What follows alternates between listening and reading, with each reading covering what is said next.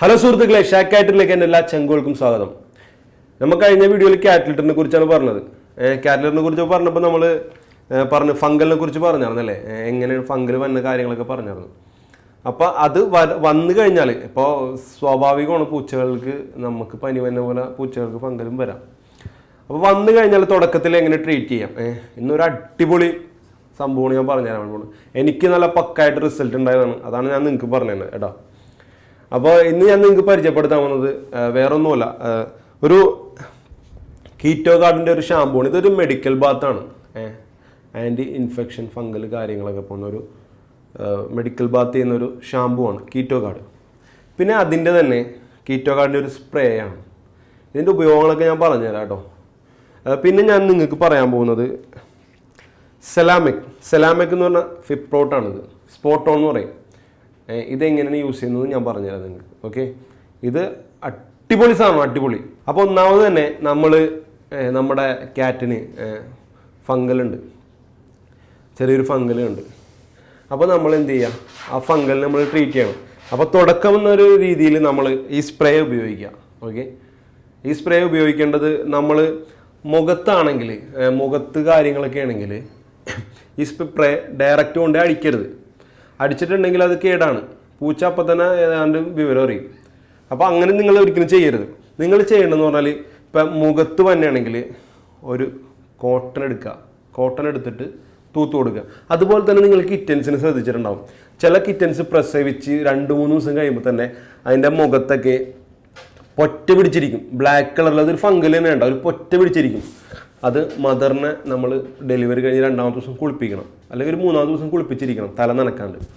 എൻ്റെ നിപ്പിളുടെ ഭാഗമൊക്കെ ശരിക്കും വൃത്തിയായിട്ട് കഴിയണം, അല്ലെങ്കിൽ അങ്ങനെ വരും. ചില ക്യാറ്റിന് ഓൾറെഡി അങ്ങനെ വരാറുണ്ട്. അപ്പം നിങ്ങൾ ഇത് ബെറ്റർ സാധനമാണ്. ഇതെനിക്ക് നമ്മുടെ ഒരു സുഹൃത്തുണ്ട് കറുകപ്പള്ളി, നമ്മുടെ ഒരു വളരെ വേണ്ടപ്പെട്ട സുഹൃത്താണ്, ക്യാറ്റ് ബ്രീഡറാണ് പുള്ളി. അപ്പോൾ നമ്മൾ വലിയ ആളൊന്നുമല്ല, നമ്മളെല്ലാവരോടും ചോദിക്കും. നമുക്ക് ഇങ്ങനെ എല്ലാ ആളുകളോടും ഡോക്ടർമാരോടും എല്ലാവരോടും ചോദിക്കും നമ്മൾ. അപ്പോൾ നമുക്ക് പറഞ്ഞു തന്നതാണ്, നമ്മുടെ സുഹൃത്ത് പറഞ്ഞു തന്നതാണ്. പക്ഷേ എനിക്ക് ഭയങ്കര റിസൾട്ടായി. ഞാൻ ആദ്യം തന്നെ താങ്ക്സ് പറയുന്നു, നമ്മുടെ ഒരു സുഹൃത്താണ് റമീസ്, അതിനോട് താങ്ക്സ് പറയുന്നു.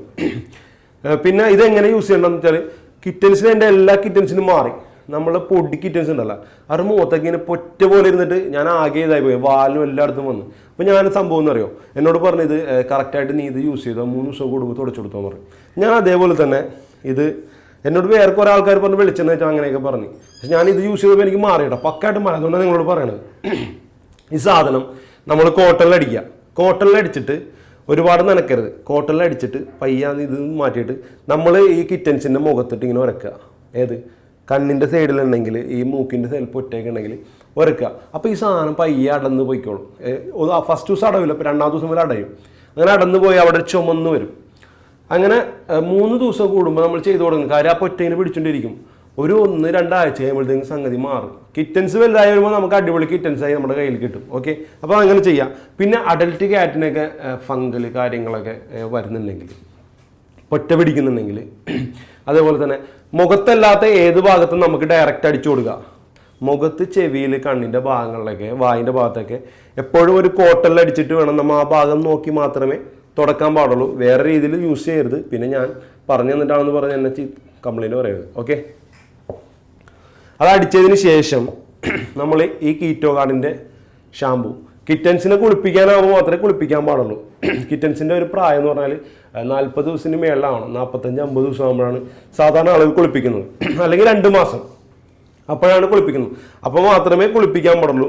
ഇതല്ലെങ്കിൽ മൈക്കോഡിൻ എന്ന് പറഞ്ഞ ഷാമ്പു ഉണ്ട്, അതായാലും മതി. ഓക്കെ, പിന്നെ സാധാരണ നമ്മൾ കിറ്റൻസിൽ അതുപോലെ അഡൽട്ട് ക്യാറ്റിൽ കാണപ്പെടുന്നതാണ് ചെള്ള്, അതുപോലുള്ള പേനുകൾ. പിന്നെ കാണുന്നതാണ് അതിൻ്റെ മേത്ത് കാണുന്ന ചെറിയ മൺതരി പോലത്തെ സംഗതിയുണ്ട്. മൺതരി എന്ന് പറയുമ്പോൾ നമ്മൾ ചെയ്യുമ്പോൾ കാണാൻ ചരൽ നമ്മുടെ മെറ്റിൽ പൊടിയാണല്ല, അത് കുറേ പേർക്ക് അറിയാൻ പറ്റും. മെറ്റിൽ പൊടി ഇങ്ങനെ ഇട്ട പോലെ ഉണ്ടാവും ആ സംഭവം. പിന്നെ ചെറിയ ഈരുകൾ, ഒരുപാട് ഈരുകൾ ഹെയർ കൊഴിയാനൊക്കെ കാരണം.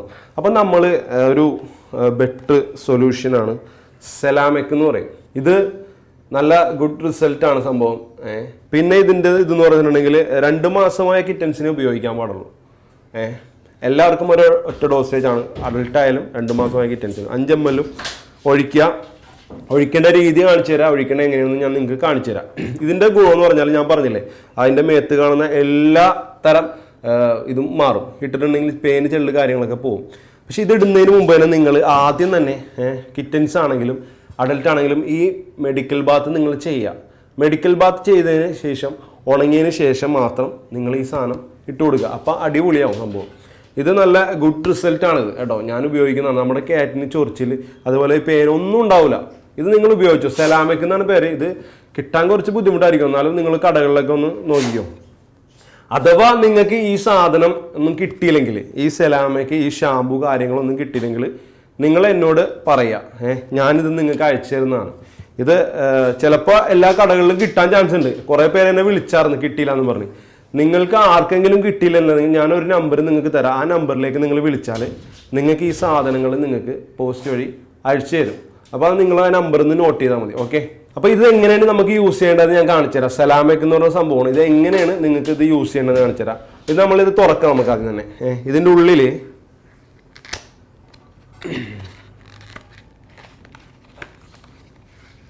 ഇതാണ് സ്പോട്ട് ഓൺ, സെലാമിക്കിൻ്റെ സ്പോട്ട് ഓൺ. കണ്ടോ എത്ര സേഫ്റ്റിയാണെന്ന് പറഞ്ഞാൽ. ഇത് കുട്ടികളിലൊന്നും എടുത്ത് ഇതാക്കരുത്, ഭയങ്കര വിഷമാണിത്.